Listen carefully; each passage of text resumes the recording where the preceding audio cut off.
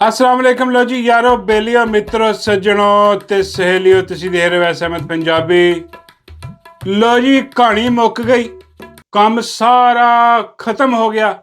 हाँ जी तकरीबन हुण तुसीं कह लो कि बस चल चला या हुण तुसीं कह रहे हो कि मैं तुहानूं कोई खुशखबरी देन लगा वां कि भी आ हुकूमत दा इन्हां दे हैंडलरां दा और एक रिटायर आदमी जिहने बेड़ा गर्क कीता ओहदा चल चलाओ।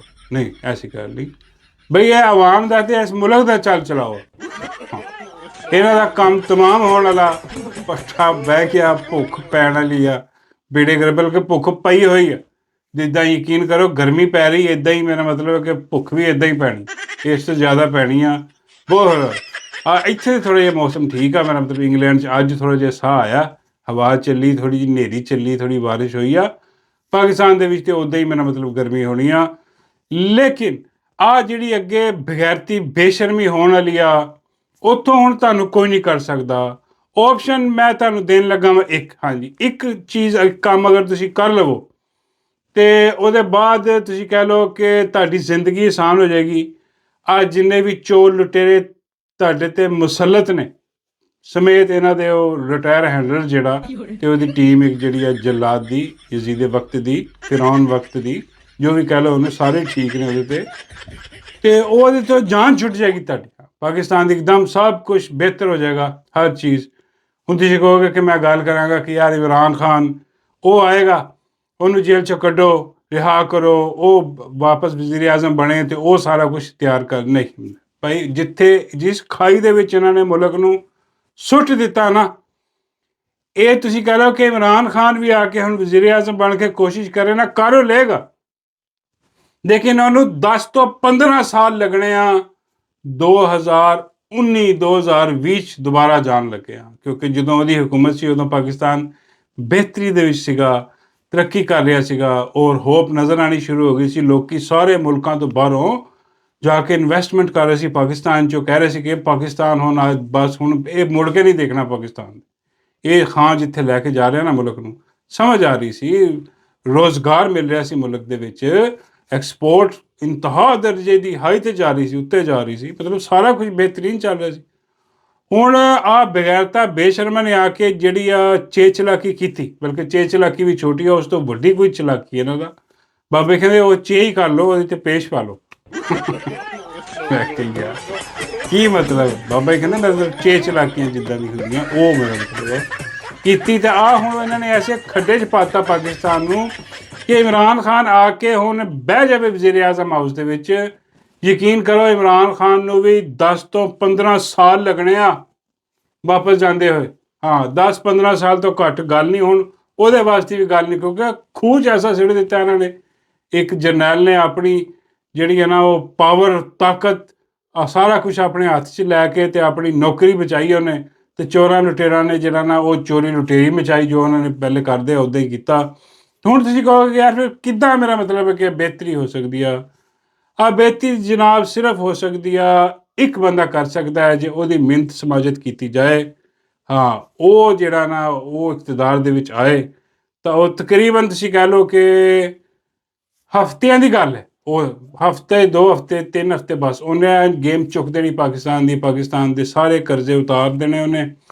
ਔਰ ਜਨਾਬ ਉਹਦੇ ਬਾਅਦ ਪਾਕਿਸਤਾਨ 'ਚ ਜਿੰਨਾ ਵੀ ਆ ਬਗੈਰਤੀ ਬੇਸ਼ਰਮੀ ਹੋ ਰਹੀ ਆ ਸਾਰੀ ਖ਼ਤਮ।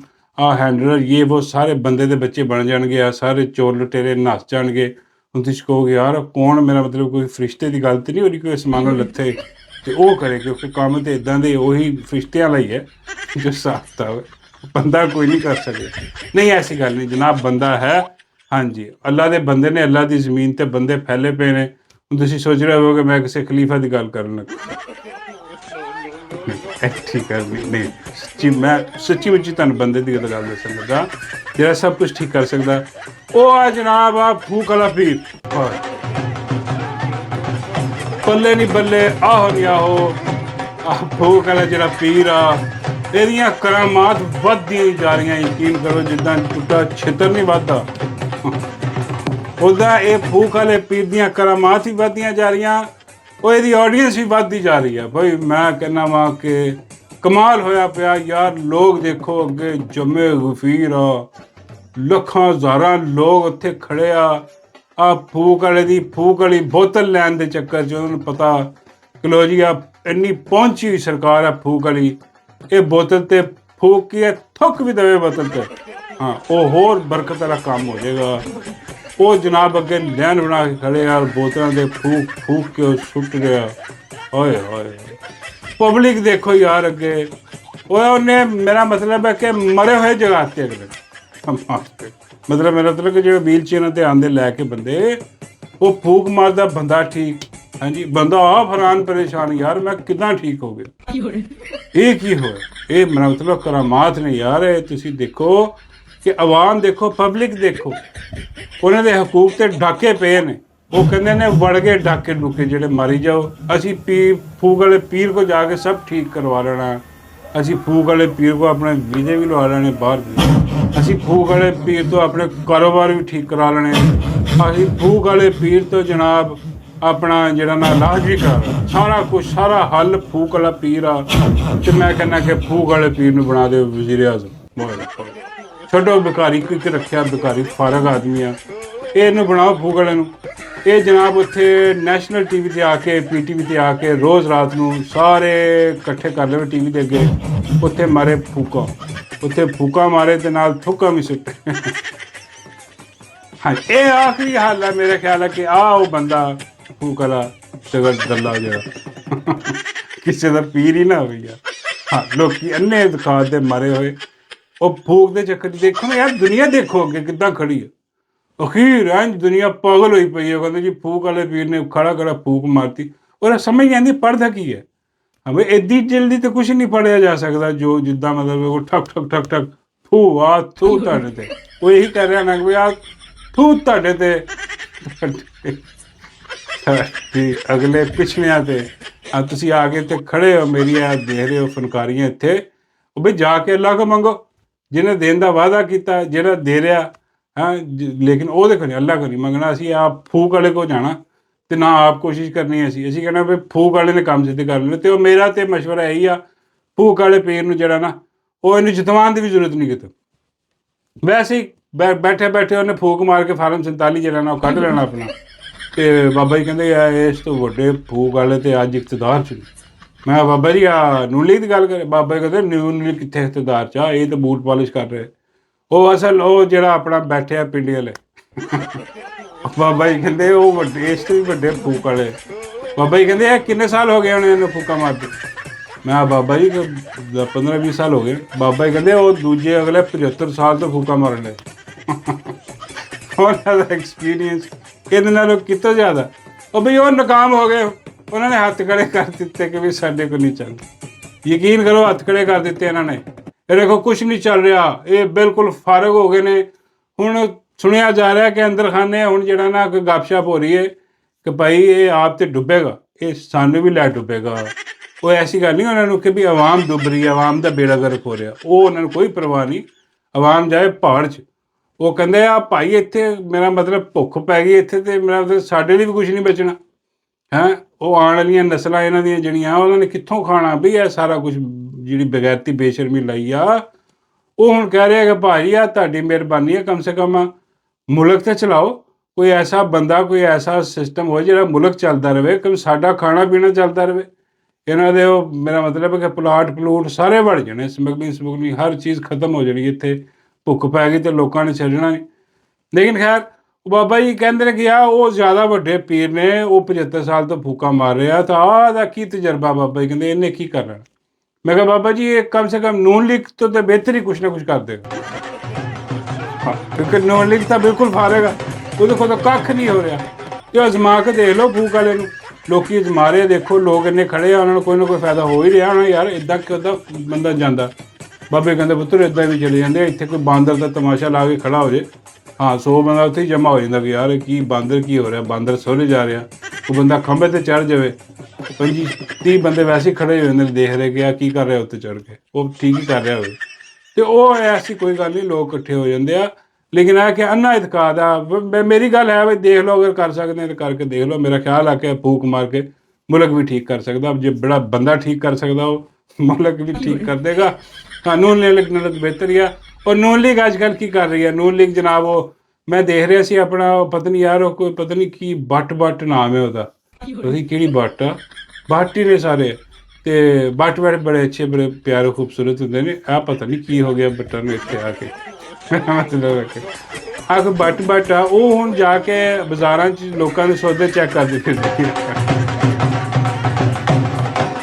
ਅੱਲਾ ਮਾਫ करे यार, कोई गलत गल नहीं की, लेकिन आज तेरा काम है इदा का मतलब कि सौदा मेरा मतलब चेक कराओ। सौदा किस तरह हो रहा है, सौदा किस तरह मिल रहा था यार। गल है तुम कह रहे हो यार की मेरा मतलब यार, मैं सच्ची गल है वो जाके सौदे चेक कर रही है लोगों के उत्ते, चेक कर देखो की कर रही सौदा लिया? हाँ जी, कैसा सौदा मिला? ठीक है माशाल्लाह, अच्छा है, रेट्स भी ठीक है और साफ सुथरा सौदा है। बाहर की निस्बत रेट ना इसे काफी कम है। काफी कम है, वो तो मैंने आप सौदे से। हाँ जी, हाँ वो पूछ रही है भाई सौदा कितना मिले कितना सौदा था, वो दस रहे कि भी सौदा ठीक है भी सौदा देना का होंगे। बाबा जी कहते आह किहड़े सौदे लभदे बाजार दे विच। ना बाबा जी सौदा सलफ हुंदा ना, वो सौदा सलफ जिहड़ा ना वो लभदी फिर रही है उत्थे। ते वो लोग कह रहे कि भई आ की है, मेरा मतलब यार ਇਹਦਾ ਇਹੀ ਕੰਮ ਰਹਿ ਗਿਆ जाके लोगों ਜਿਹੜਾ ਨਾ ਉਹ ਸੌਦੇ ਚੈੱਕ ਕਰਦੀ ਫਿਰ ਰਹੀ ਹੈ। ਬਾਬਾ ਜੀ ਕਹਿੰਦੇ ਕੰਮ से ਨੂਨ ਲੀਗ ਦਾ ਇਹੀ ਆ। ਹਾਂ ਇਹ ਜਨਾਬ ਜਾ ਕੇ ਉਹ ਤੇ ਨੌਕਰਾਨੀ ਆ ਉਹਦੀ ਮਾਈ ਆ ਵੀ ਚੈੱਕ ਕਰਦੀ ਹੈ। ਮਾਈ ਕਿੱਥੇ ਚੈੱਕ ਕਰ, ਬਾਬਾ ਕਹਿੰਦੇ ਇਤਵਾਰ ਬਾਜ਼ਾਰ ਚਲੀ ਜਾਂਦੀ ਹੈ, ਕਦੀ ਕਿਹੜੇ ਬਾਜ਼ਾਰ ਚਲੀ ਜਾਂਦੀ ਆ, ਅਕਸਰ ਜ਼ਿਆਦਾਤਰ ਪਿੰਡੀ ਬਾਜ਼ਾਰ 'ਚ ਜਾ ਕੇ ਚੈੱਕ ਕਰ ਰਹੀ ਹੁੰਦੀ ਹੈ ਸੌਦੇ ਸਾਰਾ ਕਿ ਵੀ ਠੀਕ ਆ ਰੇਟ ਰੂਟ ਇਹਨਾਂ ਦਾ ਵਧੀਆ ਘਟਿਆ ਤੇ ਨਹੀਂ ਕੋਈ ਇੱਦਾਂ ਦੀ ਕੋਈ ਗੱਲ ਹੈ। ਬਾਬਾ ਜੀ ਕਹਿੰਦੇ ਚਲੋ ਯਾਰ ਸ਼ਾਇਦ ਕੋਈ ਆ ਜਿਹੜਾ ਚੈੱਕ ਕਰਦੀ ਫਿਰ ਰਹੀ ਆ, ਸ਼ਾਇਦ ਕੋਈ ਜਿਹੜਾ ਨਾ ਦੁਕਾਨਦਾਰ ਦੇਖ ਕੇ ਕੋਈ ਰੇਟ ਸੌਦੇ ਤੇ ਘੱਟ ਕਰ ਦੇ। ਤੇ ਮੈਂ ਕਿਹਾ ਮੁਸ਼ਕਿਲ ਹੀ ਆ ਸੌਦੇ, ਉਹ ਜਦੋਂ ਜਾ ਕੇ ਚੈੱਕ ਕਰਦੀ ਆ ਤੇ ਉਹਦਾ ਰੇਟ ਘਟਾ ਦਿੰਦੇ, ਤੇ ਜੋ ਇੱਧਰ ਉੱਧਰ ਹੁੰਦੀ ਆ ਉਹ ਵਧਾ ਦਿੰਦੇ। ਉਹਨਾਂ ਨੇ ਵੀ ਆਪਣੀ ਪਈ ਹੋਈ ਆ, ਜਿਹੜਾ ਨਾ ਢਿੱਡ ਨਹੀਂ ਭਰਦੇ ਇਹਨਾਂ ਦੇ ਬਗੈਰਤੀ ਬੇਸ਼ਰਮੀ। तो आ अजीब जिहा एक सिस्टम ਸੀਗਾ ਉਹ। ਮੈਂ ਕਿਹਾ ਚਲੋ ਮੈਂ ਸ਼ੇਅਰ ਕਰਾਂ ਤੁਹਾਡੇ ਨਾਲ ਕਿ ਆ ਕਿਸ ਕਿਸਮ ਦੀ ਗੱਲ ਹੋ ਰਹੀ ਹੈ, ਕੀ ਹਿਸਾਬ ਤਾਂ ਹੋ ਰਿਹਾ। ਲੇਕਿਨ ਹੈ ਨੂਨ ਲੀਗ ਦਾ ਕੰਮ ਹੀ ਇਹੀ ਆ। ਤੇ ਉਹਦੇ ਬਾਅਦ ਜਨਾਬ ਆਪਣਾ ਉਹ ਜਿਹੜੀ ਆਪਣਾ ਹਿਨਾ ਪਰਵੇਜ਼ ਭੱਟ ਆ, ਤੁਹਾਨੂੰ ਪਤਾ ਕਿ ਨੂਨ ਲੀਗ 'ਚ ਸਭ ਤੋਂ ਖੂਬਸੂਰਤ ਜਿਹੜੀ ਆ, ਸਭ ਤੋਂ ਪਿਆਰੀ ਜਿਹੜੀ ਆ, ਬਾਬਾ ਜੀ ਕਹਿੰਦੇ ਯਾਰ ਕਿਹੜੀ ਪਿਆਰੀ ਯਾਰ, ਉਹ ਟੀੜੀ ਹੈ। ਮੈਂ ਕਿਹਾ ਚਲੋ ਟੀੜੀ ਆਪਣੀ ਜਗ੍ਹਾ 'ਤੇ ਦੇਖਦੀ ਇੱਧਰ ਆ, ਨਜ਼ਰਾਂ ਕਿਤੇ ਹੋਰ ਹੁੰਦੀਆਂ ਉਹਦੀ, ਉਹ ਮੇਰਾ ਮਤਲਬ ਅਲੱਗ ਗੱਲ ਆ। लेकिन प्यारी खूबसूरत है ना, मूँह मत्थे लगती है यार, पतली पतंग जी। बाबे कहते हाँ चलो आ तो गल तेरी ठीक है। हाँ वो है ਉਹਨੇ ਹੁਣ ਕਿਤੇ ਪ੍ਰੋਗਰਾਮ 'ਚ ਕਿਤੇ ਬੈਠੀ ਹੋਈ, ਉੱਥੇ ਉਹਨੇ ਜਨਾਬ ਉਹ ਮੰਨ ਲਿਆ। ਹਾਂ ਜੋ ਕਲੇਮ ਸੀ, ਜੋ ਆਵਾਮ ਉਹਨੂੰ ਕਹਿੰਦੀ ਸੀ ਕਿ ਇਹਨੇ ਅਰਸੇ ਦੀ, ਉਹਨੇ ਮੰਨ ਲਿਆ। ਆਵਾਮ ਕੀ ਕਹਿੰਦੀ ਸੀ, ਆਵਾਮ ਕਹਿੰਦੀ ਸੀ ਕਿ ਭਈ ਆ ਬੱਕਰੀ ਹੈ। ਹਿਨਾ ਪਰਵੇਜ਼ ਭੱਟ ਬੱਕਰੀ ਆ, ਉਹ ਹੁਣ ਬੈਠੀ ਹੈ ਔਰ ਕੀ ਕਹਿ ਰਹੀ ਹੈ, ਬੈਠ ਕੇ ਆਪ ਸੁਣ ਲਓ। I'm a Capricorn. I work hard. Sikadena, I'm a goat. ਉਹ ਕਹਿੰਦੀ ਹੈ ਮੈਂ I work ਬੱਕਰੀ very goat, hard. I'm very goat ਦਾ consistent. ਮਤਲਬ ਇੰਗਲਿਸ਼ 'ਚ ਗੋਟ ਤੇ ਉਰਦੂ 'ਚ ਬੱਕਰੀ ਕਹਿ ਲਓ, ਕਿਉਂਕਿ ਬੱਕਰਾ ਤਾਂ ਕਹਿ ਨਹੀਂ ਸਕਦੇ। ਹੁਣ ਉਹਨੇ ਆਪ ਮੰਨ ਲਿਆ ਆਪਣੇ ਆਪ ਨੂੰ ਕਿ ਵੀ ਮੈਂ ਹਾਂ ਬੱਕਰੀ, ਤੇ ਮੈਂ ਬੈ ਕਰਦੀ ਫਿਰ ਰਹੀ। ਹਾਲਾਂਕਿ ਉਹਨੇ ਪਤਾ ਨਹੀਂ ਸ਼ਾਇਦ ਕਿਸੇ ਹੋਰ ਕਿਹਾ ਹੋਏ ਸੋਚ ਦੇ ਵਿੱਚ, ਲੇਕਿਨ ਉਹਨੇ ਮੰਨ ਤਾਂ ਲਿਆ ਕਿ ਮੈਂ ਬੱਕਰੀ ਹਾਂ। ਬਾਬਾ ਜੀ ਕਹਿੰਦੇ ਯਾਰ ਮੈਨੂੰ ਵੀ ਪਰੇਸ਼ਾਨੀ ਸੀ, ਮੈਂ ਅਜੀਬੋ ਗਰੀਬ ਹਾਲਾਤ ਮੇਰੇ ਨਾਲ ਚੱਲ ਰਹੇ। ਮੈਂ ਬਾਬਾ ਜੀ ਕੀ? ਬਾਬਾ ਜੀ ਕਹਿੰਦੇ ਯਾਰ 2 ਦਿਨ ਹੋ ਗਏ ਪੱਠੇ ਖਾਣ ਨੂੰ ਦਿਲ ਕਰ ਰਿਹਾ। ਮੈਂ ਕਿਹਾ ਯਾਰ ਕੀ ਹੋ ਗਿਆ ਬਾਬਾ ਜੀ? ਬਾਬਾ ਜੀ ਕਹਿੰਦੇ ਸਮਝ ਨਹੀਂ ਆਈ, ਮੈਨੂੰ ਪਤਾ ਹੀ ਨਹੀਂ ਲੱਗਿਆ ਯਾਰ ਹੋ ਕੀ ਰਿਹਾ। ਜਦੋਂ ਵੀ ਮੈਂ ਕਿਤੇ ਪੱਠਿਆਂ ਦੀ ਦੁਕਾਨ ਦੇ ਸਾਹਮਣੇ ਨਹੀਂ ਤਾਂ ਮੇਰਾ ਦਿਲ ਕਰਦਾ ਕਿ ਮੈਂ ਜਾ ਕੇ ਸ਼ੁਰੂ ਹੋ ਜਾਵਾਂ। ਬਾਬਾ ਜੀ ਕਹਿੰਦੇ ਪੱਠੇ ਖਾਣ ਨੂੰ। ਮੈਂ ਕਿਹਾ ਮੇਰਾ ਮਤਲਬ ਕਿੱਦਾਂ? ਬਾਬਾ ਜੀ ਕਹਿੰਦੇ ਹੁਣ ਸਮਝ ਆਈ ਨਾ ਮੈਨੂੰ ਕਿ ਬਈ ਆ ਜਦ ਇਹਨੇ ਕਿਹਾ ਨਾ ਕਿ ਮੈਂ ਬੱਕਰੀ ਹਾਂ। ਬਾਬਾ ਜੀ ਕਹਿੰਦੇ ਉਦੋਂ ਦਾ ਮੈਂ ਦਿਲ ਕਰ ਰਿਹਾ ਕਿ ਮੈਂ ਰੋਜ਼ ਇੱਦਾਂ ਦੀ ਆਵਾਜ਼ਾਂ ਕੱਢਾਂ। ਮੈਂ ਬਾਬਾ ਜੀ ਕਹਿੰਦੇ ਮੈਂ ਰਾਤ ਨੂੰ ਸੌਣਾ ਇੱਦਾਂ ਦੀਆਂ ਆਵਾਜ਼ਾਂ ਨਿਕਲਦੀਆਂ। ਮੈਂ ਕਿਹਾ ਬਾਬਾ ਜੀ ਇੱਦਾਂ ਦੀ ਨਹੀਂ, ਸਾਡੀ ਬੋ ਵਾਲੀਆਂ ਆਵਾਜ਼ਾਂ ਨਿਕਲਦੀਆਂ। ਬਾਬਾ ਜੀ ਕਹਿੰਦੇ ਹਾਂ ਇੱਦਾਂ ਦੇ ਕੋਈ ਸਿਸਟਮ ਆ। ਉਹ ਬਈ ਜੇ ਆ ਬੱਕਰੀ ਆ ਤੇ ਇਹਨੂੰ ਕਿਹਾ ਬਾਬਾ ਵੀ ਬੱਕਰਾ ਹੀ ਆ ਇਸ ਤੋਂ ਬਾਅਦ। ਮੈਂ ਕਿਹਾ ਯਾਰ ਬਾਬਾ ਜੀ ਆ ਜ਼ਿਆਦਤੀ ਹੈ, ਇੰਝ ਨਾ ਕਰੋ ਯਾਰ।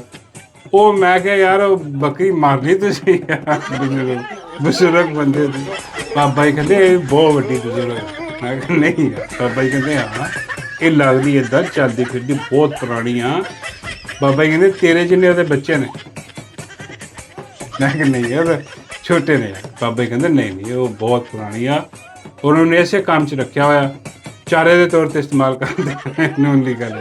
ਮਾਈ ਮੈਂ ਕਿਹਾ ਯਾਰ ਕੀ ਮਤਲਬ ਬਾਬਾ ਜੀ ਕਹਿੰਦੇ ਯਾਰ ਉਹ ਤਾਂ ਹੀ ਉਹ ਕਹਿੰਦੀ ਹੈ ਕਿ ਮੈਂ ਗੋਟ ਹਾਂ ਮੈਂ ਬੱਕਰੀਆਂ ਕਿਉਂਕਿ ਉਹਨੂੰ ਬੱਕਰੀ ਵਾਂਗੂ ਇਸਤੇਮਾਲ ਕੀਤਾ ਜਾ ਰਿਹਾ ਮੈਂ ਕਿਹਾ ਨਹੀਂ ਉਹ ਅੱਛੇ ਕੰਮ ਕਰ ਰਹੀ ਉਹਨੂੰ ਮਿਨਿਸਟਰੀ ਦਿੱਤੀ ਹੋਈ ਆ ਉਹ ਜਾ ਕੇ ਇੱਧਰ ਉੱਧਰ ਜਿਹੜਾ ਨੇ ਜਾ ਕੇ ਕੈਮਰੇ ਕੁਮਰੇ ਲੈ ਜਾਂਦੀ ਆ ਤੇ ਉਹ ਵਿਚਾਰੇ ਜਿਹੜੇ ਵਿਕਟਮ ਹੁੰਦੇ ਆ ਉਹਨਾਂ ਨੂੰ ਕੈਮਰੇ ਦੇ ਸਾਹਮਣੇ ਲਿਆ ਕੇ ਤੇ ਆਪਣੀ ਟਿਕਟੋਕਾਂ ਬਣਾਉਂਦੀ ਰਹਿੰਦੀ ਹੈ ਜੀ ਬੇਗੈਰਤੀ ਬੇਸ਼ਰਮੀ ਇਹਨਾਂ ਦੀ ਲੇਕਿਨ ਖੈਰ ਆ ਬੱਕਰੀ ਹੈ ਬਾਬਾ ਜੀ ਕਹਿੰਦੇ ਕਿ ਚਲੋ ਠੀਕ ਹੈ ਯਾਰ ਫਿਰ ਮੇਰਾ ਹਿਸਾਬ ਕਿਤਾਬ ਲਓ ਮੈਂ ਕਿਹਾ ਯਾਰ ਤੁਹਾਡਾ ਹਿਸਾਬ ਕਿਤਾਬ ਜਿਹੜਾ ਨਾ ਉਹ ਇਹਦੇ ਨਾਲ ਨਹੀਂ ਲੱਗਣਾ ਹਾਂ ਤੁਸੀਂ ਕਿਤੇ ਹੋਰ ਹਿਸਾਬ ਕਿਤਾਬ ਲਓ ਬਾਬਾ ਜੀ ਕਹਿੰਦੇ ਕਿਤੇ ਹੋਰ ਕਿੱਥੇ ਮੈਂ ਕਿਹਾ ਬਾਬਾ ਜੀ ਉਹ ਆਪਣਾ ਇੱਕ ਇਫਤ ਉਮਰ ਆ ਹਾਂ ਉਹ ਤੁਹਾਡੇ ਬਾਰੇ ਬਹੁਤ ਪੁੱਛ ਰਹੀ ਹੈ ਬਾਬਾ ਜੀ ਕਹਿੰਦੇ ਕੀ ਪੁੱਛ ਰਹੀ ਹੈ ਮੈਂ ਕਿਹਾ ਬਾਬਾ ਜੀ ਉਹ ਕਹਿੰਦੀ ਉਹ ਸੁਣਿਆ ਕਿ ਬਾਬਾ ਬੜਾ ਪੁਰਾਣੀਆਂ ਖੁਰਾਕਾਂ ਖਾਧੀਆਂ ਉਹਨੇ ਤੇ ਉਹ ਲੱਭਦਾ ਫਿਰਦਾ ਕੋਈ ਵਿਆਹ ਵਾਸਤੇ ਤੇ ਉਹ ਕਹਿੰਦੀ ਕਿ ਜੇ ਕੋਈ ਹੈ ਸਿਸਟਮ ਤੇ ਮੈਂ ਤੇ ਬਾਬਾ ਜੀ ਕਹਿੰਦੇ ਆ ਮੇਰੇ ਹੱਥ ਜੁੜੇ ਆ